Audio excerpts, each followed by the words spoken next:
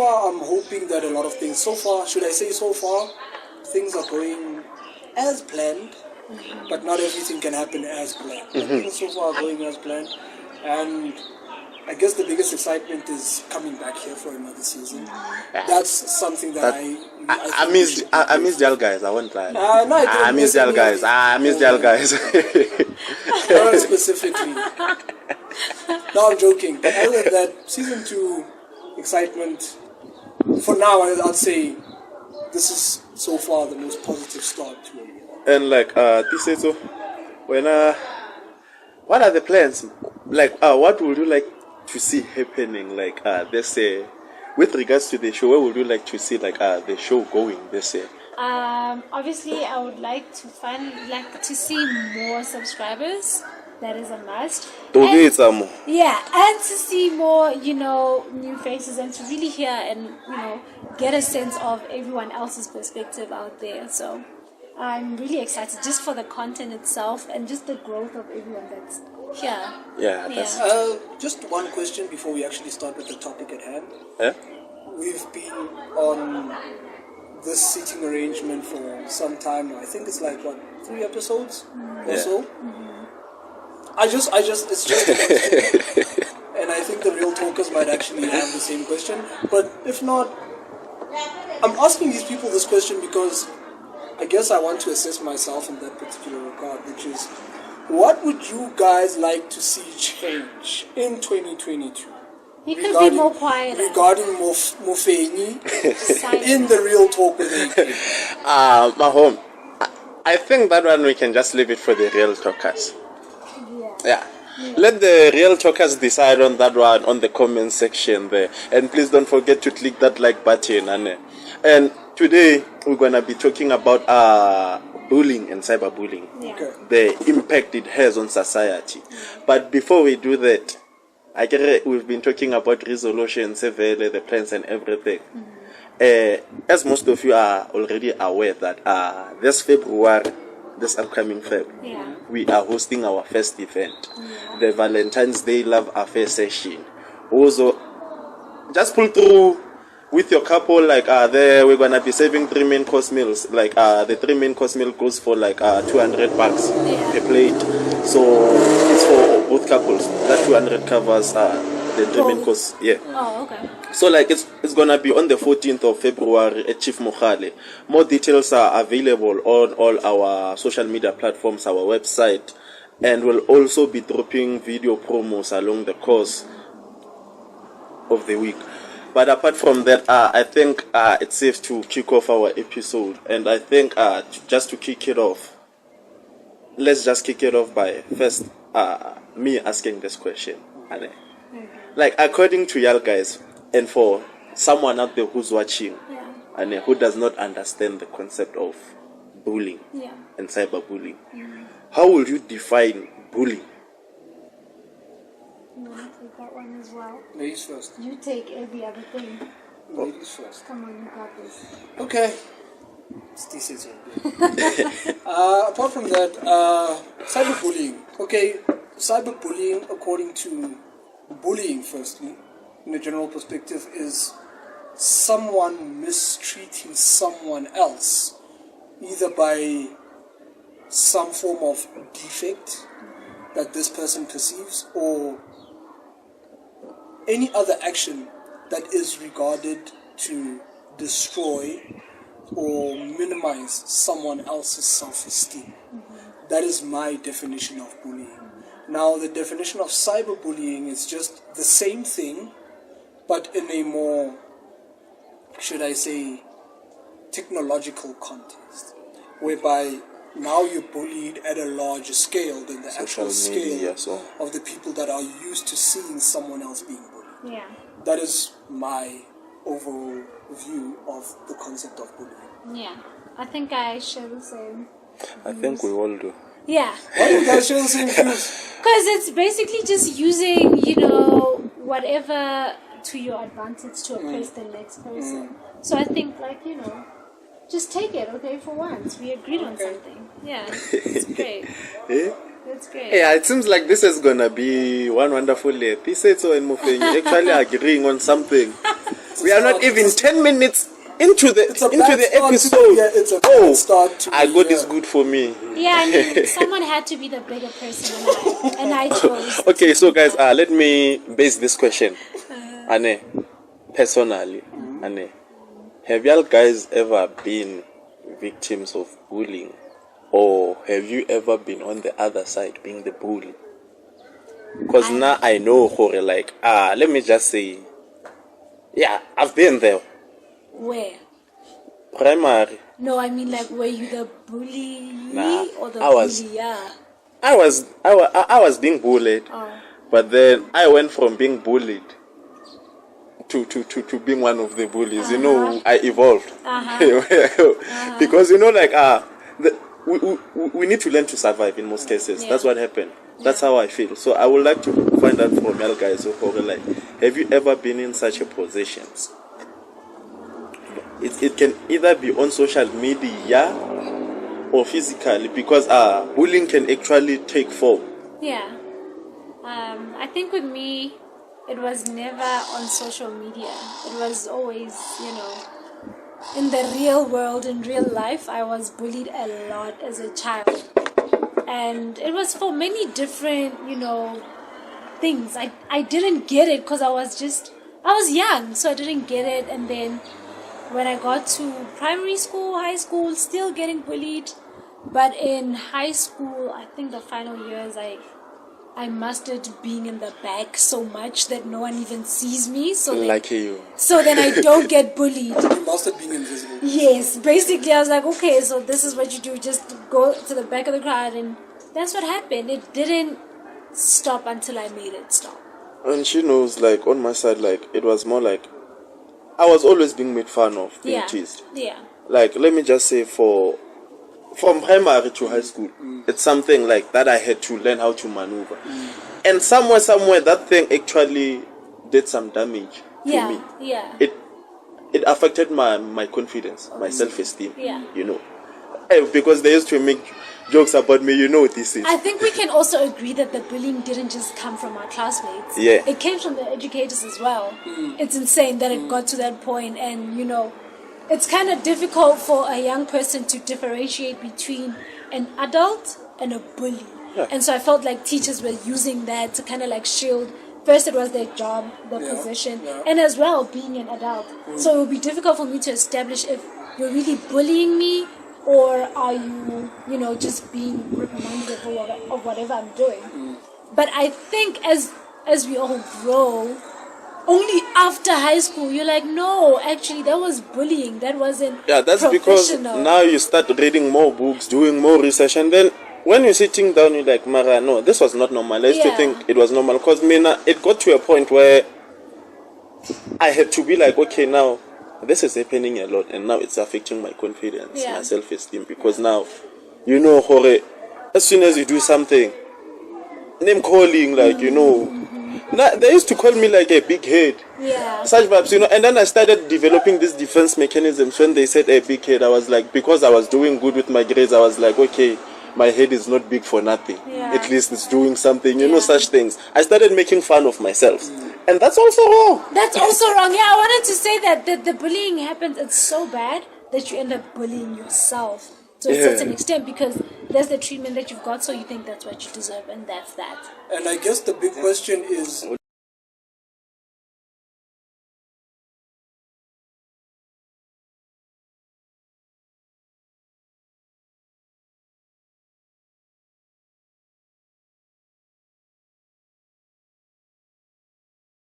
as I was saying, in the midst of that, I personally feel, okay, firstly, to answer your question, I have been bullied, and I have bullied.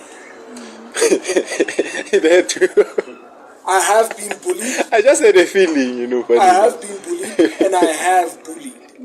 And upon retrospect, bullying someone is excuse my French, it's a shitty feeling. Yeah. It's a downright shitty feeling, and it's primarily because you start to realize that, out of everybody in your entire life that you've met up to this point, is there someone out there who can talk about you with a smile on their face about something that you've done to them?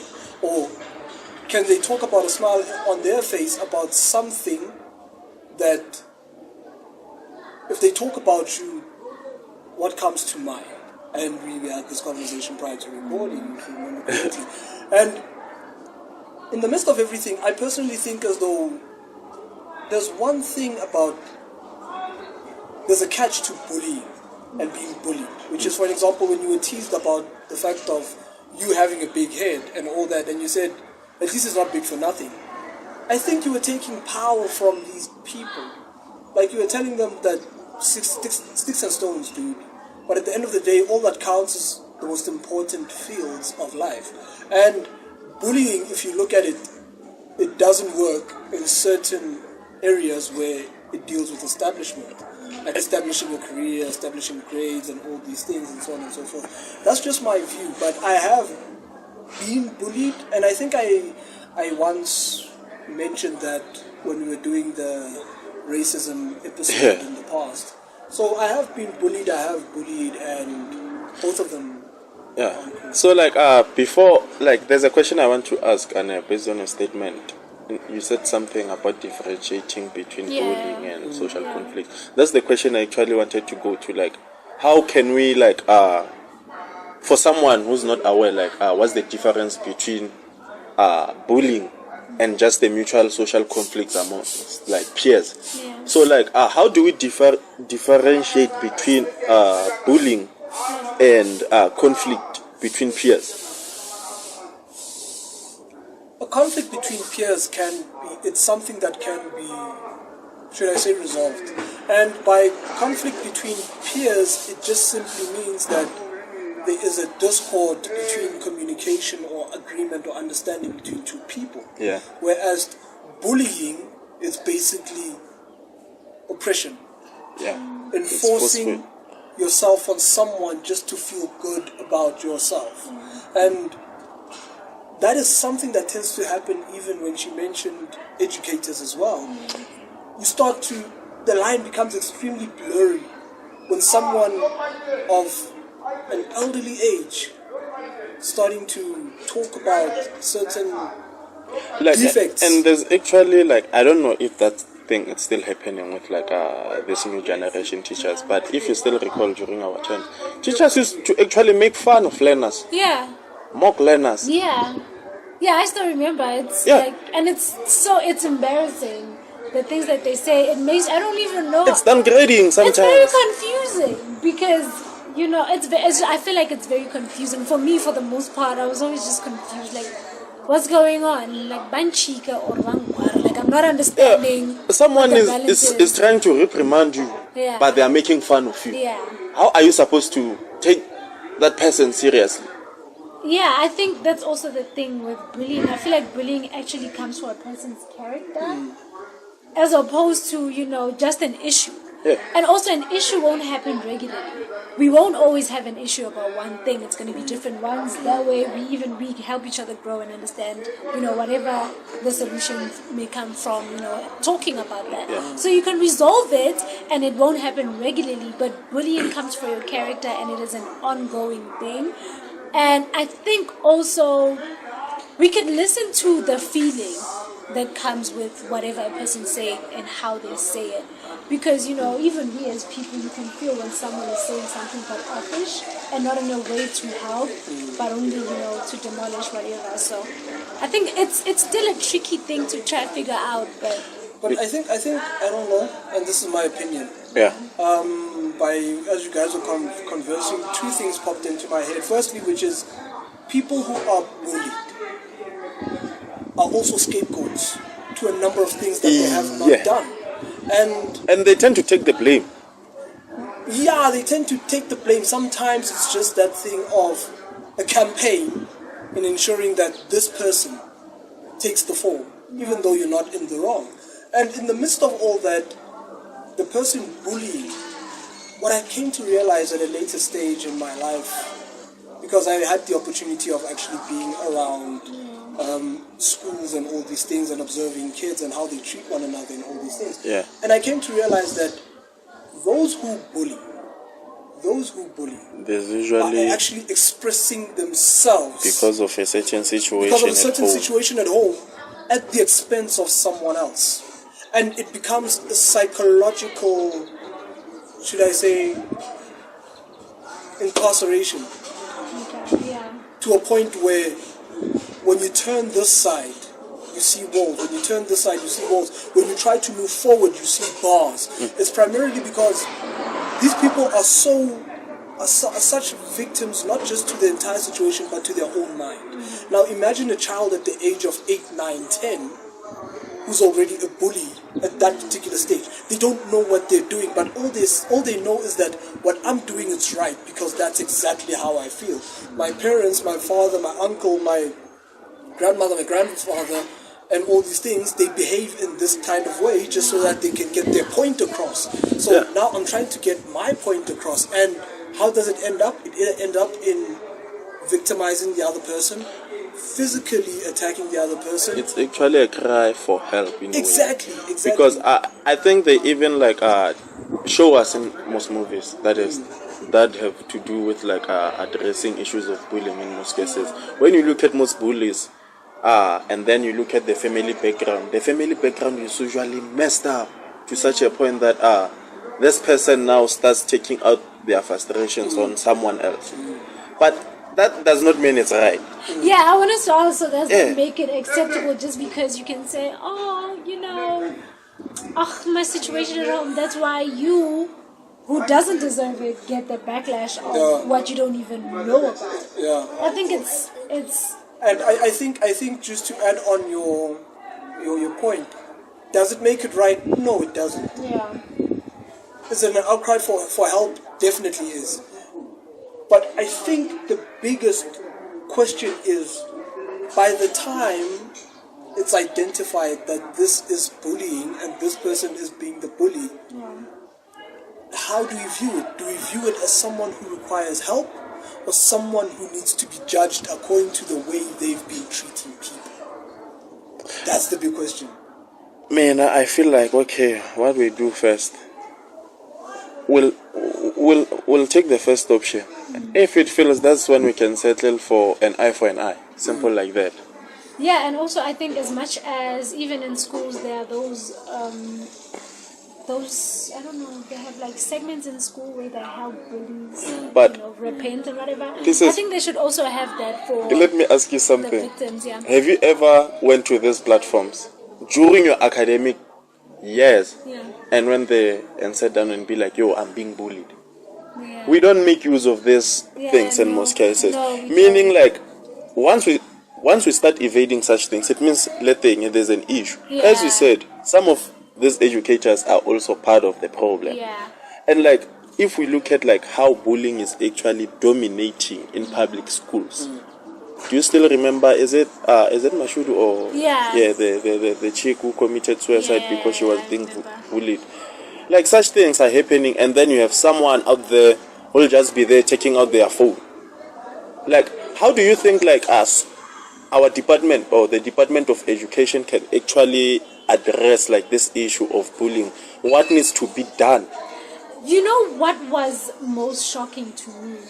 When the high school girl that bullied this girl to a point where she took her life, nothing legally happened. Exactly. It's insane because a life was lost, and we excuse it because you were. So imagine they are minors. You bully me, I commit suicide, you get the time to live and repent, but I got to lose my life, not knowing what's going on. I didn't know about, and I don't. Even if I know, I don't deserve such treatments. So it's even because you think about schools where the teacher bullies a student, whereas the student's supposed to go to the teacher and say, my parents at home, this is what's happening. But you tell a teacher, I don't have experience of a private school.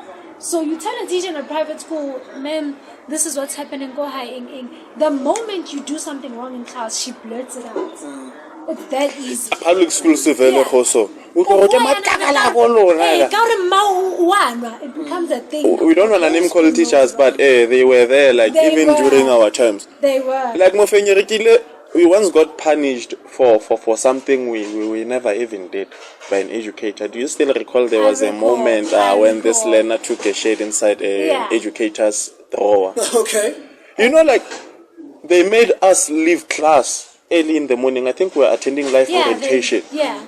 And they made us clean the whole block. It was full because it was also business studies, because I remember the next teacher was like, yes, let them clean. You get it now, and all these teachers are in our stream. So am I guilty for laughing? They were condemning me for laughing. But here's the interesting part. I don't know, guys. I've actually been in a primary school. I don't want to mention names though. But I have been in a primary school, where they have, well, should I say they had systems in place? I still don't know if they still have systems in place. Where they had systems in place whereby there was actually a child psychologist within the school.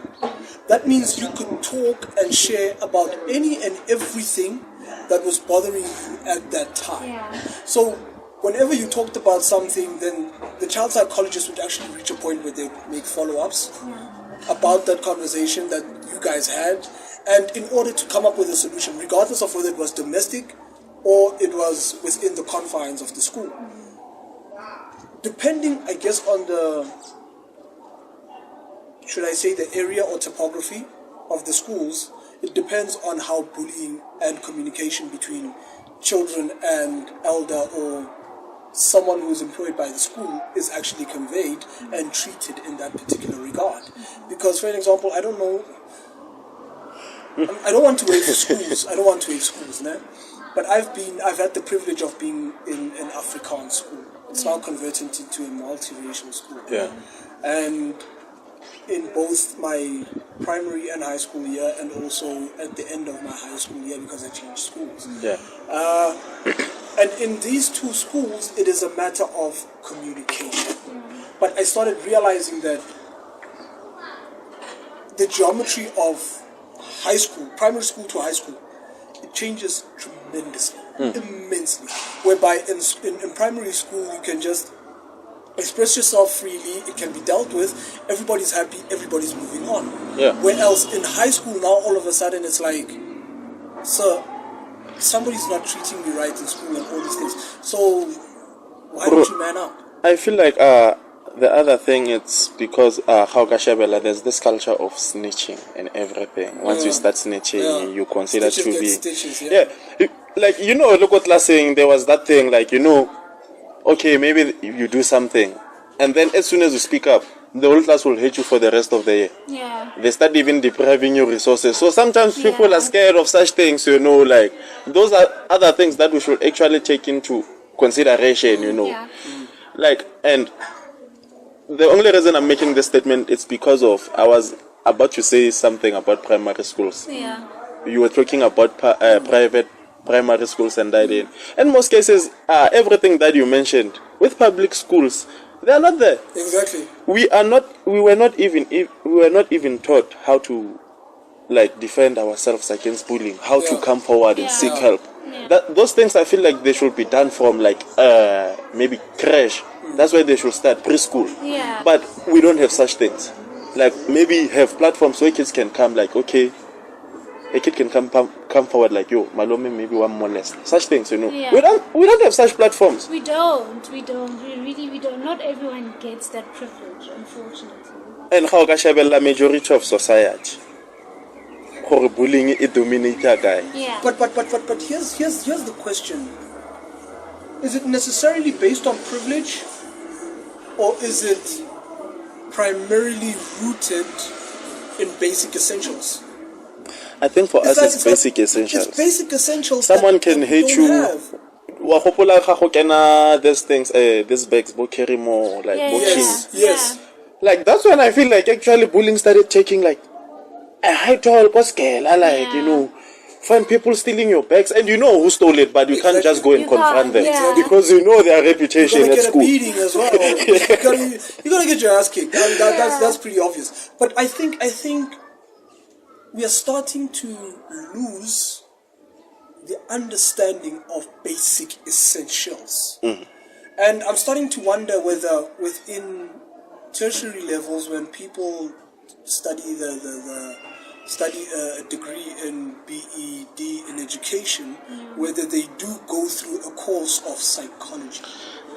If not, then that's where the problem starts. Because by the time you start addressing a problem, if you start addressing a problem that you have with these kids, it's going to be personal. It's not going to come from an educator trying to rectify someone's behavior. It's going That's to what's be currently happening. Yeah, That's why you end up seeing like some of the learners fighting with teachers. Yes. Yeah. And you know, sorry to say this, but we have seen learners fighting during our times, like fighting back to teachers. You know, there was once this time like this kid was like suffering like through like a toothache after lunch. He was sleeping, and then this teacher just pulled through. He slapped him. After slapping him, like, hey, a fight erupted, and I was just passing by, like, like it was so massive, and you could tell after that what happened. Educators did not even want to hear the side of the story from the kid. Yes. They were already siding with like the teacher. Yeah, that's what always happens, because that's the thing. When someone mistreats you, when you start to voice out in the black community, I'm sorry, but our adults are really odd. They don't know. They don't want to be disrespected, but they feel disrespected when you address their disrespect towards you. Exactly. So it becomes a problem, because you can't set the boundaries from home. When you address something that bothers you from home, like, no, ma, you know what, I don't like when you speak to me this way. That's not you addressing an issue.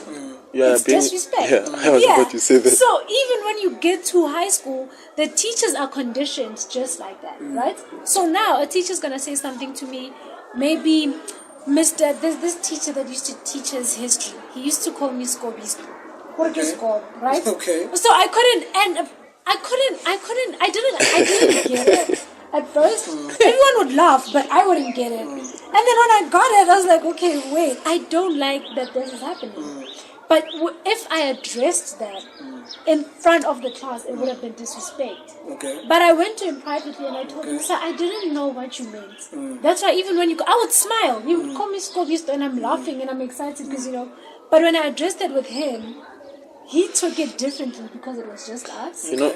And he didn't really apologize. Okay. He said I'm sensitive, but he will stop. It's more like what's currently happening with my little sister, and she's not aware. You just reminded me of this. You know, like my little sister has this trait of like being like a lesbian, but she's straight, But I was inside my room the other day, and then she was talking, like telling my mom, she's like, at school they call me tomboy, like when they address me. You know, such things are wrong. Yeah. Because in a way you are actually instilling these ideas too. Because that person was not even aware of there's such a term. Yeah. They start exploring now. Yeah. You know, such vibes. And then you rush that transitioning stage. The process. You know. Those are other factors that we should consider about our educators. I feel like our education systems, when it comes to bullying, to addressing the issue of bullying, it's failing us. It's failing us. But the cracks are. It's not even a crack. It's a literal building falling down. It's been happening. You know why I'm saying it's no longer a crack. It's a hole. This thing. There was a time where there have been consistent in school premises killings of student and student. Yeah.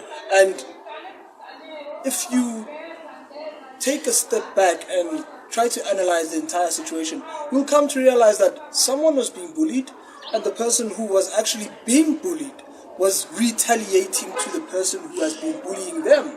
And now, all of a sudden, the person who's being bullied is wrong. Is now the victim and the main protagonist in the situation, and it's all because they don't give themselves time in order to understand. Okay, you went home, you jumped over the school gate just to go and fetch a knife at home, come back and stab this person. What the hell happened? You know, I once almost did something like that. 2011, 17 December. I think Tevin remembers, he was there. You know, like, I've always been that person who's humble, like, quiet, in my own bubble, even when I'm with people. So people used to take advantage of that, like, he's soft, we can just walk through, even when we were chilling. So it happened. We were at the park, by Kipak here. These gents ganged up on me, and we used to play soccer together. Okay. We were playing for the same soccer team. Okay. And then we went to the park and we started having fun. It was December very. Yeah. So what went down there is they started ganging up on me, they hit me. And because I was also intoxicated that day, and it's been happening like countlessly, I snapped. After snapping, I was like, I'm gonna show these motherfuckers. Yeah. I came back home, I took my father's car. Let me just say that. Oh my god. I almost, Shot. yeah. Oh my god. Because I think I did it up here by 11. Extension 11. I think you can even confirm that. Yeah, you can confirm it. But like after that, like that's when I realized this thing, like the damage it does psychologically. This is leading me to my next question. For y'all guys, like what kind of psychological effects do you think bullying has on someone who has went through it? Like you said, you went through it. So what was the experience for you? It was very horrible. I think it affected me in such a way that from high school, I was so insecure. I think I only stopped being insecure last year. Fully. To say, you know what? No, I'm hot. I am all that. No, for me to get to that point, it was last year, like only last year, but it was a process. And because even at home, it's a process. I can't explain it to my parents. I tried to talk to my mom, and she was the only person that was willing to accommodate what I'm saying. But my siblings, my sister was obviously sisters, but my brothers, I couldn't exactly talk to them about such, which made me see that in my younger brother, only after realizing that my brothers they didn't grow up in a space where bullying could be addressed and the effect it had on them. So they don't have such conversations. It's not manly. Like, nah. No, we don't want to talk about that. No one bullied you. Man up. You know what I mean? I only realized that after seeing that my younger brother is going through that. And only then did I realize, these things that we go through condition us in a way that even when someone else is going through it, I'm not really open to it yet because I haven't addressed the issues that I have with it. So only after addressing several issues that this caused, social anxiety doesn't come to someone who bullies a lot of the time. Yeah, it's us, it's mostly us, like you there. The whole time you think something's wrong with you, you think people are not, you become a bit paranoid. Everything seems like a little attack on you because of what you always have been on. Like I still have this thing when I'm walking on the road or I'm just walking and I have to pass like a group of people. Yeah. I feel like they're all staring at me and there's something wrong with me. I still go through such things. But that's the thing. You are a victim, and to answer your question, you are a victim to what you think is normal within society, and you do not fall under that norm of society. That's what we are currently trying to break with this episode right now. And I won't lie, I respect someone who is open to understand another person regardless of how they look. Yeah. Just simply, I've known Akani for most of my life, basically, from Sunday school, same church, Sunday school, and all that. And I guess the funny thing about growing up is that as a child, you're not showed that this is different until it is, should I say, addressed that this is different. Yeah. The reason why you know that this color is black now, it is because society has classified it as black. Yeah. Yeah. The reason why I see Disetso differently as a girl is because she's classified as a girl. So how the classifications of what society in general does psychologically to a child at a very early age determines what kind of trajectory do you take in terms of growing up, going forward. And it affects the other person's self-esteem. When you're bullied, your self-esteem drops tremendously. Like you see, for me, bro, that self-esteem, I'm only building it through podcasting. If it wasn't for podcasting, for sure, I will still be someone who's like quiet inside my bubble. Yeah. But ever since I started podcasting and everything, that's when I started opening up, and getting to realize that, there's more to this person behaving like how they were behaving. Instead of me being there hating them, let me try understanding them. Let me try being in their shoes. Like I said. No. Okay, why do you disagree? No, because no. Why do you Okay. disagree? Firstly, I don't want to create big babies, right? The reason we have people that are so emotionally sensitive is because we kind of hop around their feelings. No. I think anyone that bullied me through high school, you've tried being my friends, never gonna work out. Leave me alone. I don't want you in my terms space. of forgiving, I'm just saying, you don't have to go and approach them. Yeah. But you just need to find closure from that thing, because from the experience itself, because with bullies you can't really find closure from them. It takes a lot for a bully to say, you know what, I'm admit. sorry, I bullied you, and so creating your own closure basically, it helps. Here's the funny part, man. I asked this sort of question before we actually recorded. She once told me about dude and all that, and so I'm like, okay, I'm trying to understand her from where she's coming from, and I'm also trying to put myself in the guy's shoes right now. I didn't know him then, so I can't judge him fully and saying, okay, he deserves being treated the way he's treated right now. But the question was, are you the same person now that you were then back in school? She said no. And then I said, no, he didn't say that. He did not say that. He said, do you still look the same way you looked in high school? Right. Okay, that's what you said. Thank you for rectifying me. Thank you for rectifying me. Thank you. And she said no, right? And when she said no, I was like, is it not the same as the concept of a dude approaching a girl and a girl rejecting her, and then he walks away, and then the next thing, the same girl that rejected the dude starts developing an eye candy for the dude.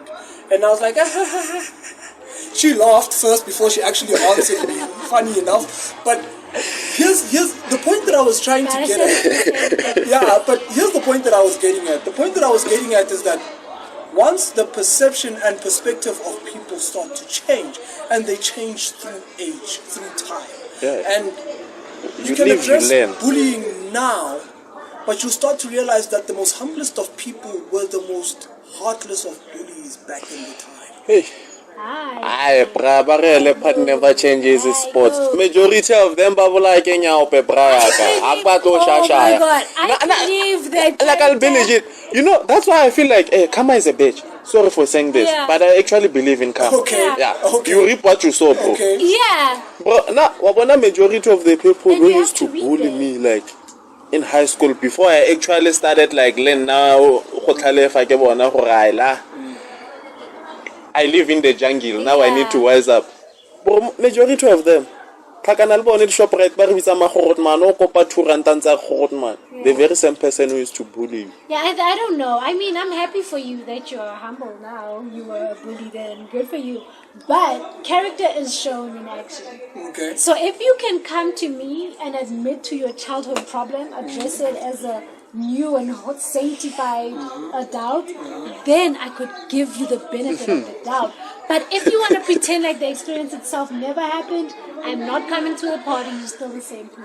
But here's the thing. I personally feel as though there is no one who's still walking around to this day harboring that psychological, should I say, construct of saying that if I see my bully, the same bully that I saw, or the bully that used to bully me back then, back in high school, he should apologize. I don't think people are still walking around with that. And which made me ask that question, which made me ask a question to Tisa, which was, before we recorded, which was, are there certain things that you are apologetic about now, that you're still apologetic about, that you did back then in school, be it high school or primary and so on and so forth? And I'm saying this because there are certain things that I feel apologetic about, that I may have done, that if it is addressed, and it is addressed by the actual person who have done that too, I would apologize. Because there are still people out there who just need that change, but require to hear just those small words, or those two words, I'm sorry, just for them to make the best transition. You know what you're talking about, there's a movie, Adam Sandler, if I'm not mistaken, and he used to bully this kid at school, you know, and then like he has to go around like apologizing to everyone like he once wronged, and then he actually went and apologized to that person, and then like someone was pointing a gun at Adam Sandler. Okay. And that very same person, they used to go to school together, and he was also bullying that person. Yeah. That person actually shot this other guy who was bullying, because Adam Sandler actually apologized while he was on stage. The guy was aiming for Adam Sandler. You know, like psychologically, that's what it happens. There are people who don't forgive and forget, like this also said. Yeah. Someone can hold a grudge to such a point that when they are old, they start being this weird person, you know, like, and then they start blaming you for, like, this is the reason, like, I'm this person. Oh yeah, there are people like that. Yeah. It's the reason I'm like this, and they'll kill you, my man.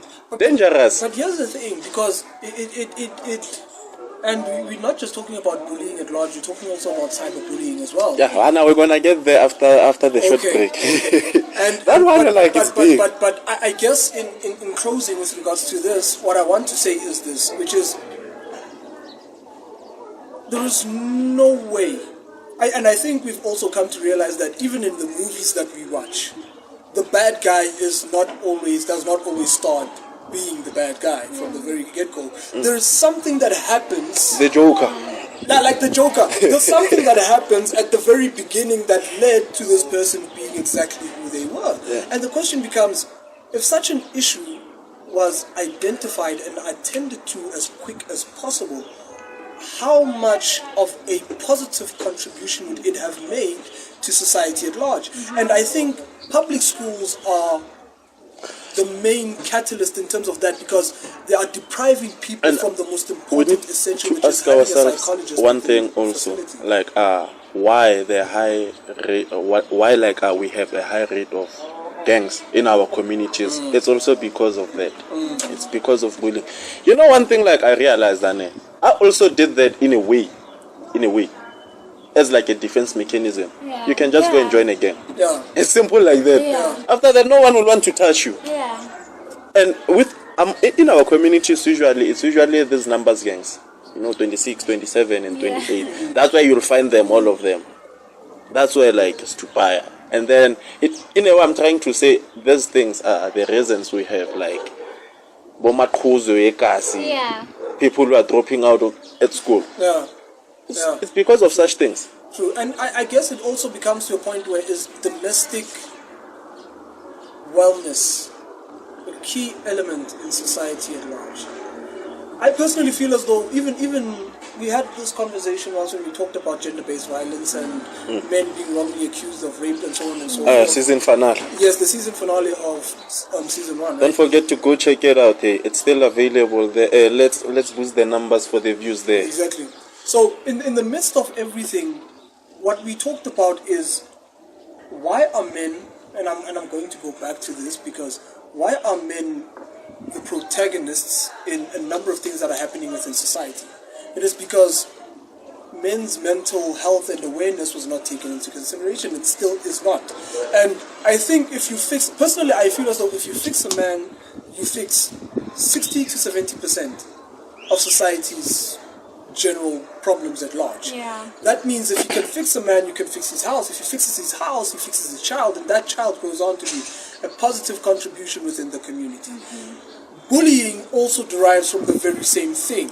And I personally feel as though some children tend to develop the psyche of imposing certain things just simply because of the relation that has gone wrong between both parents. And it's something that they see in a constant basis. But if there is a psychologist within an environment where they spend 80% of their time in, which is a school, it could have been addressed well. In our schools in general, we just need social workers, counselors, life coaches. Those are things that are not there. No, they're not there. They are still not there. I only had a life coach in varsity. Exactly. Yeah. You start finding mentors at varsity. And for sure you got down. I don't know. You're my life. Let's just ask. I want the gang there. Because I know how much it about what Tanville Akay Tanville is classified as a private school. No, it's semi. It's semi. What does that mean? It's what is by government, and it's also dependent on the donors and all. Wow. So like, did you have such things that like life counselors, coaches? Did you have or did you not bother to look? Because I was in the RCL committee, they were, but then it was actually teachers, so students were not actually Yeah, sure. no, So it was always those. You told teachers your problem, and then they came back to make fun of you in class. In most cases. Exactly. Am I lying? No. yeah. It's like what your bully was dressed in black when they bullying you, and then they dressed in pink, and now you have to be like, hey, so I got bullied by you. Like, that's something our Department of Education needs to fix. Like, I feel like, okay, these people actually have the resources. They just don't want to deploy them. They don't, because in prison, this is actually shocking. Only in South Africa do prisoners get to eat KFC for lunch. They even have Students counsellors. have beans and cabbage. Tin fish. The priorities of this country. Even soya beans. Bro, public schools. Public schools. Like, legit. Because you are tin fish. Exactly. But these people actually have money. I'm gonna be honest, man. But prisoners. I've had the privilege of being on both sides of the table. You've been in prison? No. Oh, what? No, this is thesis. What did you do? That's exactly how she is. No, that's thesis. That's thesis. I know that. I didn't expect it though, but He killed a fly. I've managed to be on both sides, being in You were what you pissed. classify as a. Which public school were you attending, Mufi? None. This is a private school. Okay, let me mention the schools that I've attended. Yeah? I've attended an Afrikaans school, which was back then called Laerskool Millennium. Yeah. And in most cases, it was Braina based Bana on- days. Yeah, it was mostly based on school fees, the dependency of school fees, and It was all a these private things. school. It wasn't a private Don't school. define. It We don't wasn't need a private definition. school. Morena, it's a boarding school. Yeah. It's straightforward. No, it wasn't a boarding school. It wasn't a boarding school. It's guys. not It wasn't- And that's where bullying is at in No, most I want cases. you to hear me out. I want you to hear me out. I want you to hear me out. That's why you came. That's why you came back aggressive when you came back. You remember We there was a are time where you were aggressive. Hear me We out, are guys. private school. You see, here. this is bullying. You are not giving me the opportunity to say my side of the table. This is exactly No, what the problem. Okay, here's the I'm thing. just Here's the kidding, problem. guys. Okay, listen. Okay, let's see. Let's see if you have a solution to this problem. Did you go to a private or a public school? I don't know. You see? I don't know how to. No, but can't here's the answer. thing. I don't know how There to. is no answer. I want you to hear me out. Hey, I my want you man, to hear me wa out. bona rona re ka ba go bola school bo ke ngor school tswanetse wane But di even private worse schools school, in most guys, cases listen out. I want you to hear me out. like I want- ke lunch box I want you le guys to hear allowance me ke out. bana ba di No, allowance I want you kana guys to hear me out very carefully. Nah? Just because it's a large school or a worse school does not necessarily mean it's a private school. It is not. It's not. It is like, for an example, okay. Let's be specific. Yeah? Do you know the school called WD Olifant?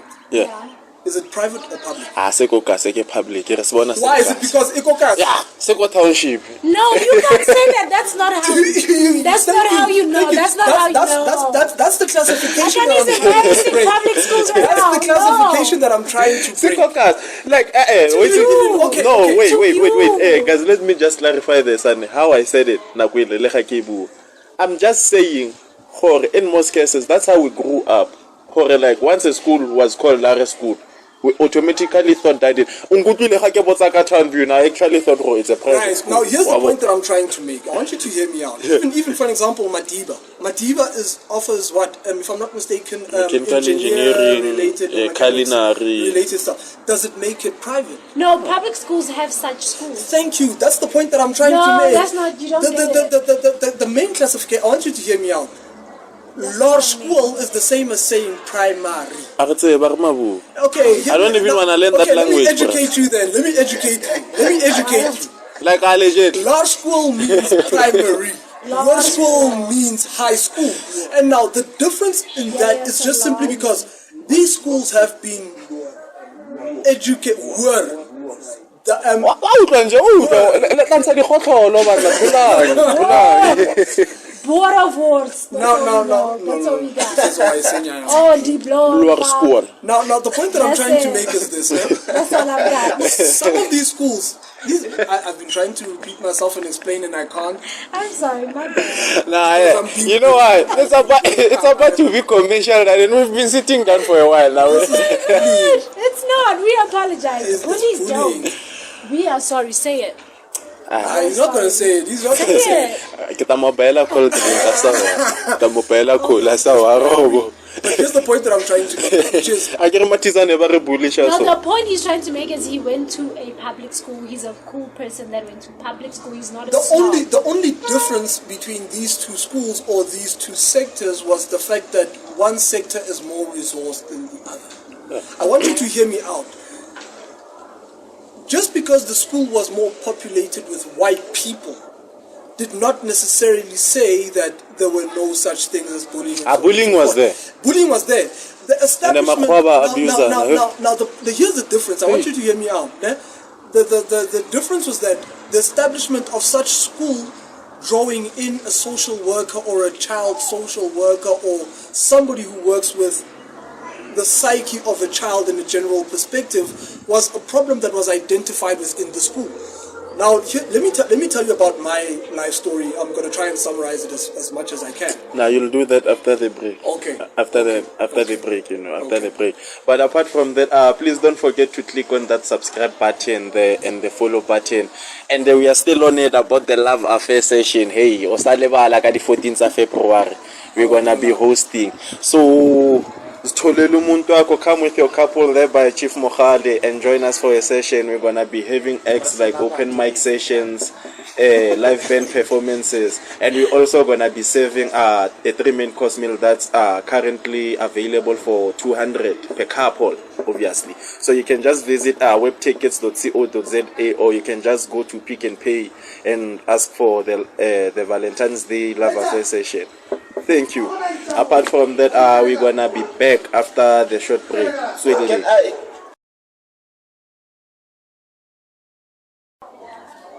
And we are back again, guys, from our short break, and we are still talking about cyberbullying and bullying, like how it affects us as members of society, from the damage that it has on an individual. So we've been focusing on the education side of like how the education can actually address the issues of bullying in our public schools, because that's where in most cases like bullying is taking place.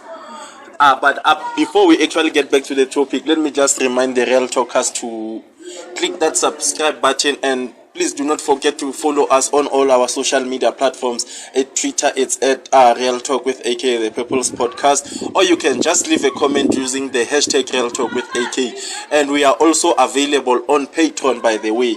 That's more like the exclusive Real Talkers community. That's where you get to enjoy the benefits of being a real talker, as we are busy addressing social issues, as we are still on the path of seeking practical solutions for practical social issues.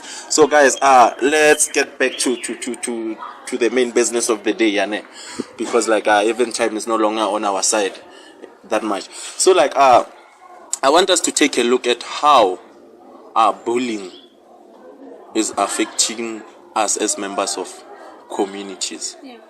Because in most cases, one thing that I think we can agree on is that bullying also exists within our communities. Yeah.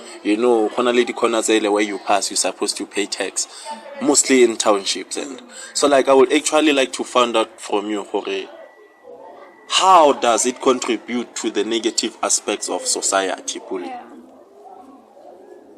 On my side, nothing positive comes from bullying. I'm going to be honest with you. It's so the contribution is mostly going to be negative. And I'm saying this because to the person bullying, they already have this psychological setting where just because I can dominate such an area, that means I can go and dominate a larger area as well. It's like the same as back then when through colonization, just because one superior country thought that because I managed to conquer this particular place, I can expand my empire to a bigger thing. So bullying is always negative, and if you want to look at the negativity of bullying, start talking to people who are already incarcerated, meaning people who are in prison. Yeah. Some people, unfortunately, we can't talk to them because of it's either we're gonna organize an interview, my man. There's a plug that can get us an inmate just to sit down with an inmate. It's pending. put it on the so that's what I'm saying. It's mostly going to be negative. There's nothing positive that's going to yield from it. But I don't know. It becomes a question of, have we accepted this thing of negative contribution in society, meaning an individual being a negative contribution to society, or are we actually working on building society to become more and more positive contributors, positive talkers, mentors, and all these things? So for now, for me, the answer is the contribution is always negative when it comes to that. It's something that Israel Matsake once mentioned on an episode on McG's podcast and Chill, where he was like, when you look at people who are in presence in most cases, majority of them are those people that had this power in schools, like growing up, Kokasi, even Kokasi, you know, those people, they have that respect, but majority is mostly them, like. But I also feel like it does somehow contribute to having like died in, like negatively to society bullying, because like when you look at it, it creates a generation of like people who are suffering from traumas. One of the reasons like we have gender-based violence cases going up daily, it's because of such factors, because someone went through such things, like they end up passing them down to like the next people. So like, how do we avoid that as individuals? How do you avoid what? Like as society, how do we ensure that bullying it's something that does not occur in our communities? Because like it's something that's highly, and in most cases as members of society we tend to overlook it. Yeah, I think unfortunately, it's already a thing that's in motion within our society.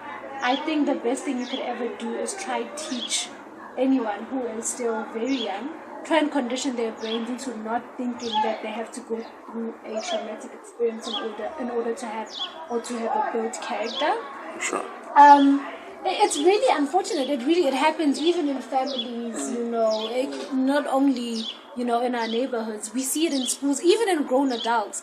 So that's the problem. So I think if we could start with the young group and try to take it from there, and also be intentional about the decisions and our reactions to things, I think it would help.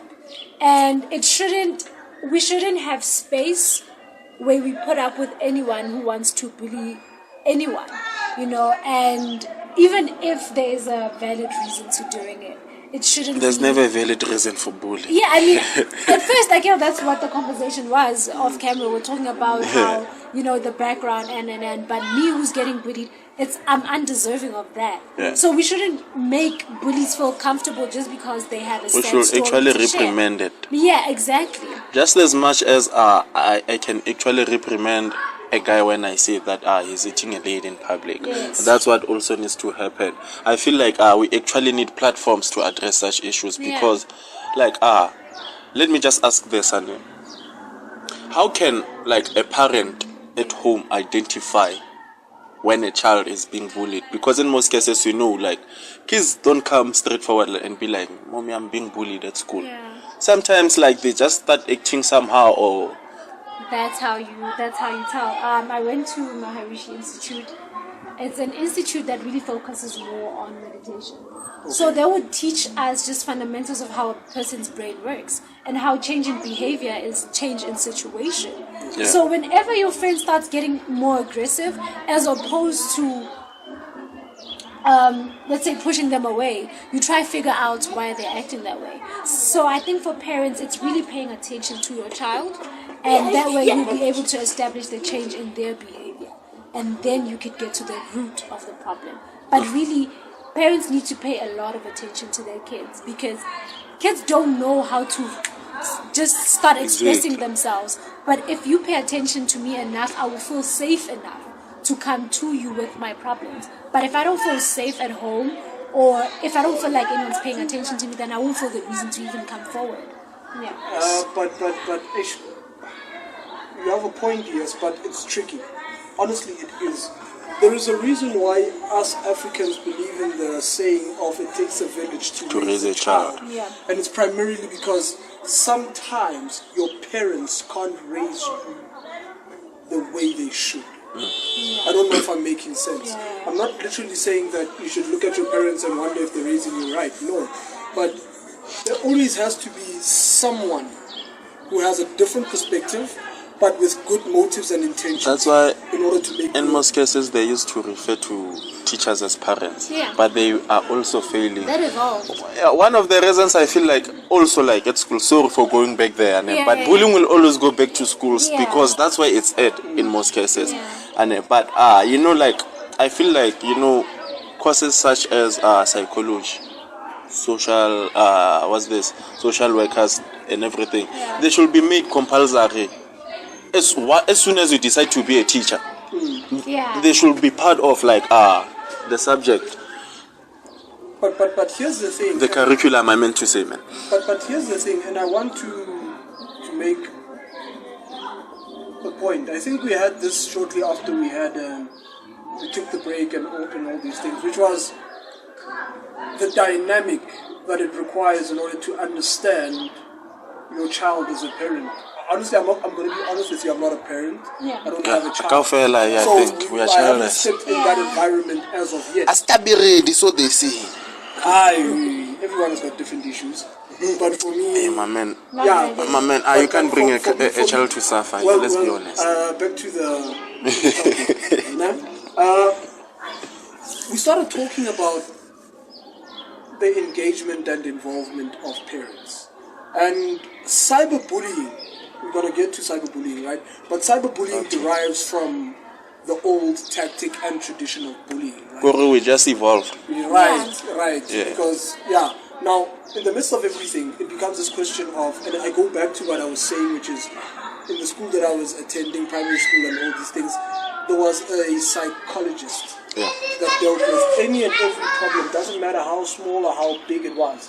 It was just a question of you being understood where you're coming from, and also trying to search and seek the actual root cause of you feeling and looking at yourself the way you look and see at yourself now. Now, unfortunately, not all schools are facilitated the same way. Yeah. And the unfortunate part of it results in the child being dependent on how the parent is about to raise that child. And as a result, it becomes this question of parents are producing a child that's going to be detrimental to society, whether it be a girl or a boy. Sometimes it can even go as far as a woman not understanding how to love herself and needing a validation from a man, and also a guy not knowing how to treat a woman because they did not know how to treat their mother in the past. So all these factors result in bullying, and not just bullying at large, but it also manifests. Okay, so as I was saying, it results in this question of what do these environments produce at large? And it goes back to the question that you were saying. And it goes back exactly to the question that I was asking, which was when we started talking about cyberbullying, which was, is catfishing classified as cyberbullying? Hey. And now we're having different opinions at large. But it does not change the fact that the root cause can be at home, or it can be at school. It all depends on how the problems are addressed. Yeah.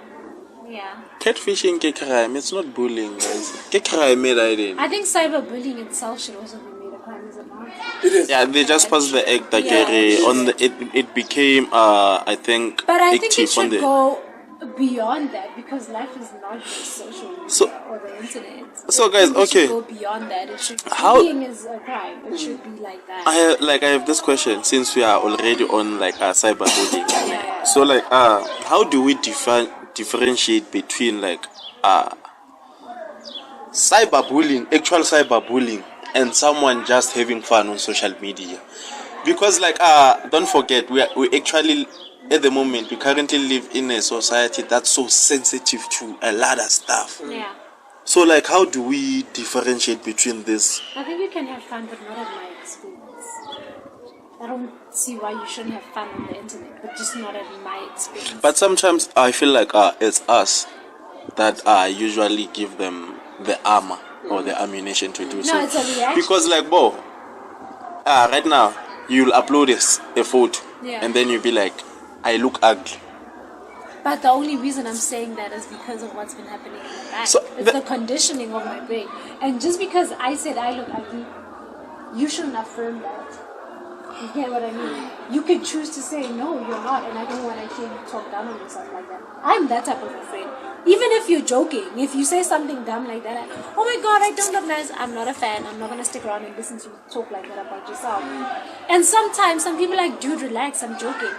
But it builds in the subconscious. Yeah. It doesn't matter. You could say it in passing, but it stays and it builds, and it'll initially affect your reality.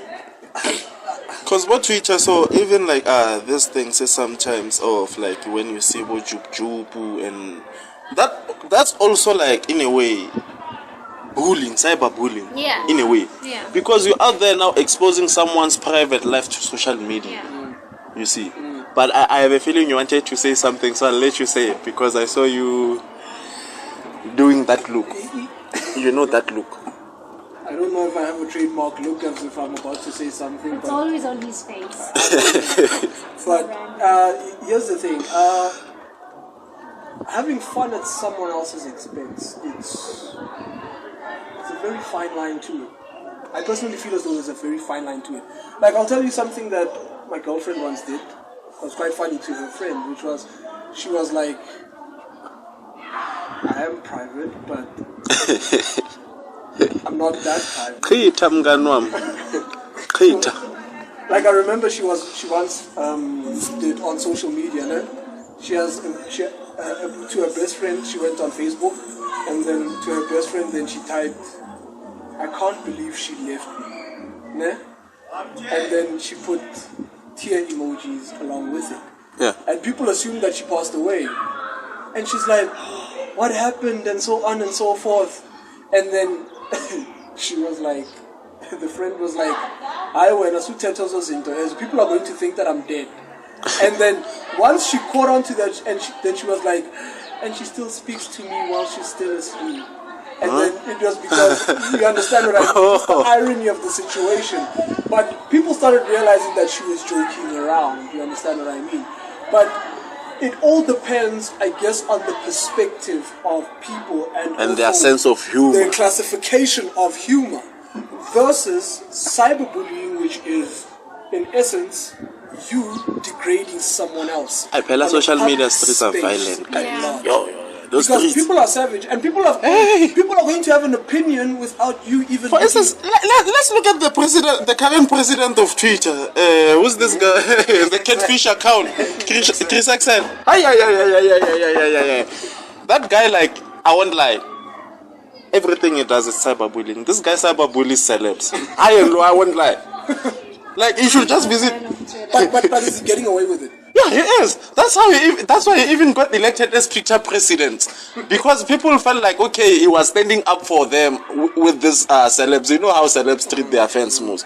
So he just came out of nowhere, this guy with a catfish account, and like it's a chick on the account. Okay. But the person running that thing is a guy. That's the funny part. So when he got there, he started attacking. I think his first victim was Bonan, if I'm not mistaken. Okay.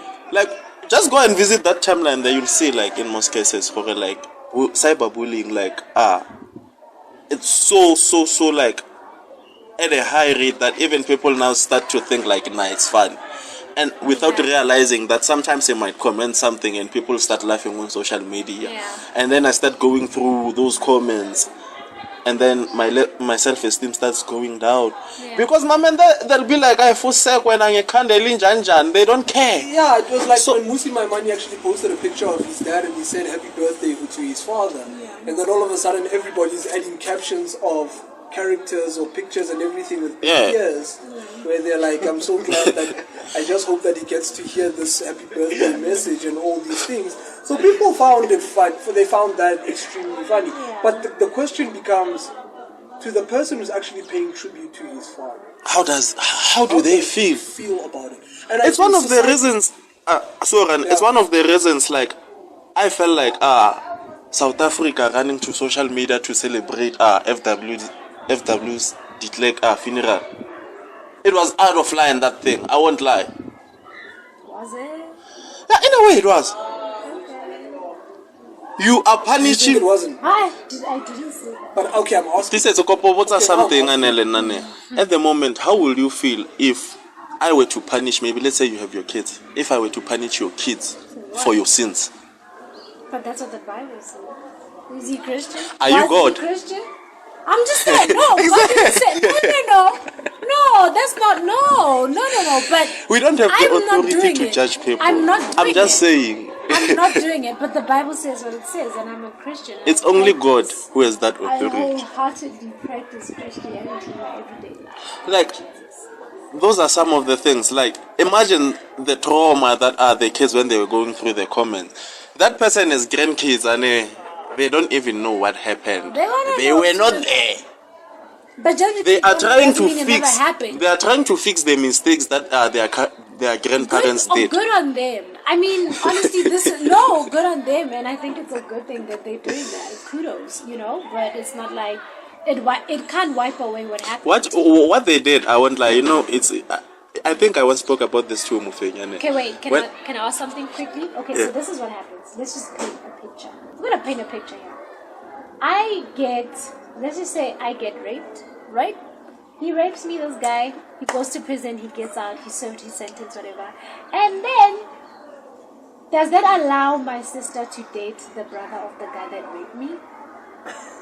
Does that make it okay? Because remember, the brother cannot pay for the sins of the raper.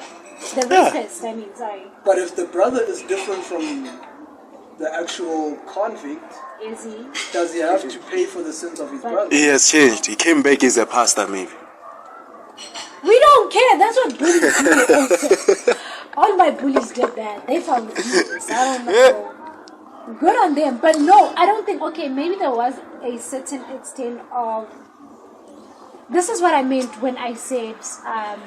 whenever a bully comes and apologizes for their actions, only then would I accept, or give them the benefit of the doubt. But if you don't apologize and acknowledge what you did, then it becomes a problem on its own. And honestly, I don't know enough about I don't know. We were just passing. We're not dwelling there. I don't know enough about we're not dwelling. I was just making like that thing, like bullying, like in a way. That's also cyberbullying. Yeah. Even if we can look at it from like we're celebrating. We don't celebrate like that. Go on the streets, pop champagnes. Don't start taking them on the post. But it could also go to, like you guys said, it will classify as humor. That's what you said. Let me make a practical example for you. Okay. You are beefing with your neighbor. Yeah. You don't get along with your neighbor. Yeah. And then there's a funeral next door. Yeah. And then I take like speakers I start dancing. Yeah. How will you feel as a neighbor? Even if like we don't get along. But you really don't like me, so it happens. Even our elders will tell you it's wrong. We don't celebrate. But please. Some people are not conditioned like that. But that's the thing. I feel as though as time goes on, we're becoming more and more vengeful. And society at large. Black people are angry, bruh. And it even derives to the children and our children's children. That's why they're bullying a lesson. They create a norm. But I guess I have a question, and this is a question, man. Everybody has watched the TV show called Catfish. Yeah. Everyone has. Okay. The question is, the person catfishing, are they classified as bullies or not? I want us to get that out of the way. This also includes the camera crew guys. They are. Even the real talkers, this one is for you. Yeah. Are they classified as bullies or not? What do you say? They are. They should be. They should be. Hey, can I get to 200, bro? Like I said, for me, like catfishing, I don't see catfishing as bullying. Yeah. Okay. I see it as an illegal activity. Okay. Because that's exploiting someone. Yeah. Okay. That's pretending to be something you are not to get something from someone. Yeah. Okay. That's crime. That's fraud for me. Yeah. You're a scammer. Yeah, it could be that. I don't know. Let's hear what the camera crew has to say. What do you guys have to say? Who's scammies? For me, I'm both okay. I don't see it as bullying per se, Scammer. It's beyond that. You are like those people who call you Ubaru Winelot, Usawina Fokol. Okay. Yeah. That's just You are scammer, it's straightforward. You know, the president of Twitter recently did that before he was elected as the president of Twitter. We're like, because of the profile picture, this guy went to the DMs and he was like, yo, you're so beautiful. Like, I would actually like to get to know you better, Kopa the number. You know, shooting is short. Yeah. And then he was like, hey, I, Kopa e-wallet. And the guy, because he thought he was talking to a girl, he sent the e-wallet. Okay. And after that, the guy screenshotted it and then put it inside, like, and then posted it on his timeline. I'm like, okay, this is Lotcha, but this is all. Now, if it was me, Nana close Farisa. Yeah. But that's the thing, people can hide on social media. Yeah. I could be your neighbor, I could be your sister and have a different account and bash you on the internet. That's the thing about Yeah, those are facts. that's the thing. It happens. It happens so much. There are even celebs who have like there's low-key accounts that they go around bashing people they hate. They do. Like these cancel cultures, most Even of these are fake businesses. accounts. I won't lie. Even businesses. I think even businesses have those type of accounts where they go and let's just say I'm Build It and you are whatever. Or ShopRite. Tarnishing names. Yeah, if I'm ShopRite and you're Pick and Pay, I can go as a ShopRite person and go on your wall and start giving you a crappy review just for. So people hide behind social media. Here's the tragedy about it. We actually find humor in that. Exactly. That's why I'm saying like there's something wrong with us. Like up here, guys. We actually I won't lie. There's something wrong We here. actually find humor in that. And whenever something is humorous, I think in most cases it's a thing. I don't know if it's a thing with regards to guys or something like that. That if you talk to a girl and then you're like, so much, so when will we be able to have our own private conversation away from these people? Yeah. And then you're like, hey, you're so silly. I don't know, but we'll talk. Even though you don't really, sometimes you might not read it. Sometimes it might not click to you that I'm actually trying to coerce you to do something that I want you to do. Yeah. But at the end of the day, the laughter on its own can be misleading because you're telling me that, okay, that means you're good with it. You're okay with me treating you exactly the way I think treat also you. people tend to see what they want to see at that moment. Because If I could laugh we in a misread very signs uncomfortable sometimes. way and you could think, damn, she feels me. We tend to misread Get what I it. mean? And that's why I'm saying. And it happens, bruh. That's why about Barry Paso. Yeah, exactly. That's That's why I'm why. saying it's a matter of I could what, be freaking out. what society really endorses. I mean, I'm still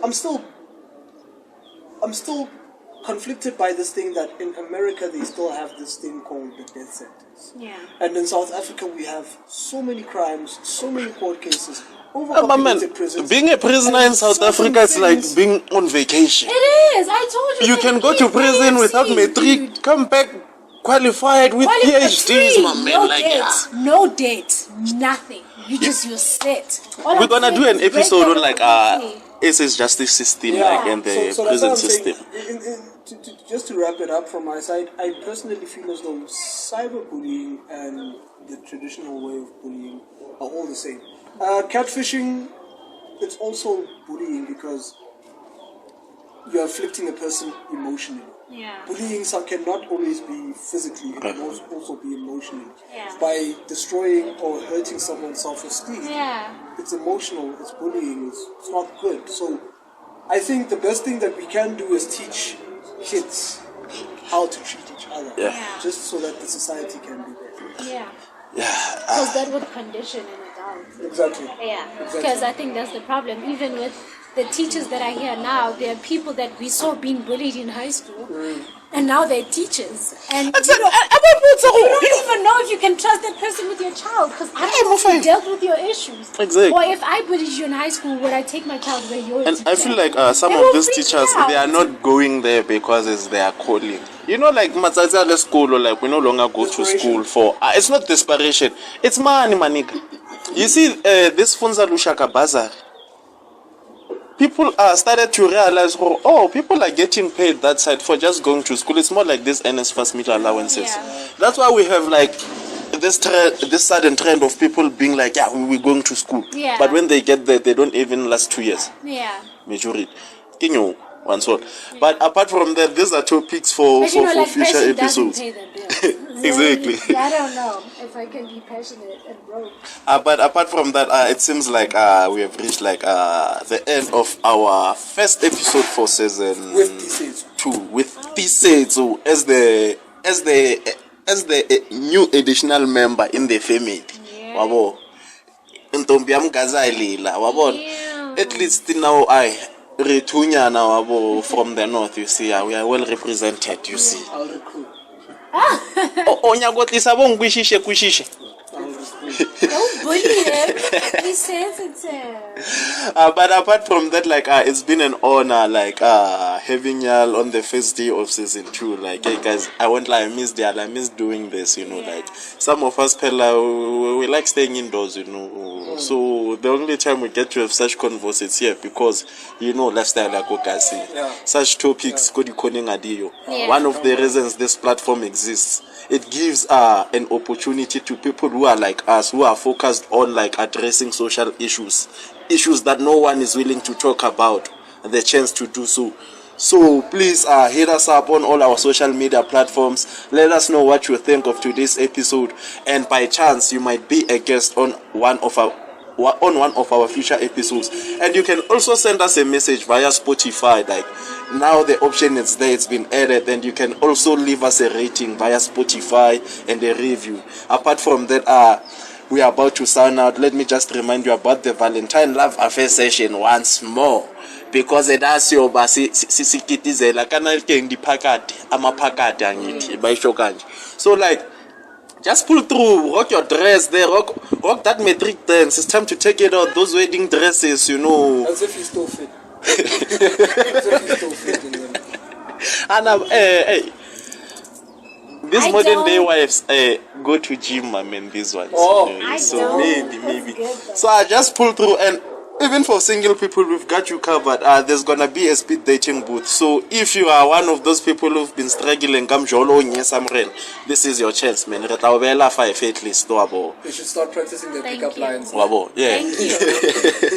So apart from that, from us, we are signing out. It's been an honor, guys. Thank you once more to the Real Talkers out there. Please don't forget to subscribe and also follow us on Twitter, Instagram. It's Real Talk with Akay, the People's Podcast. And you can also check out our photography studio called Fabrication Media House, man. We cater for music videos and events. So just hit us up whenever you have time, man.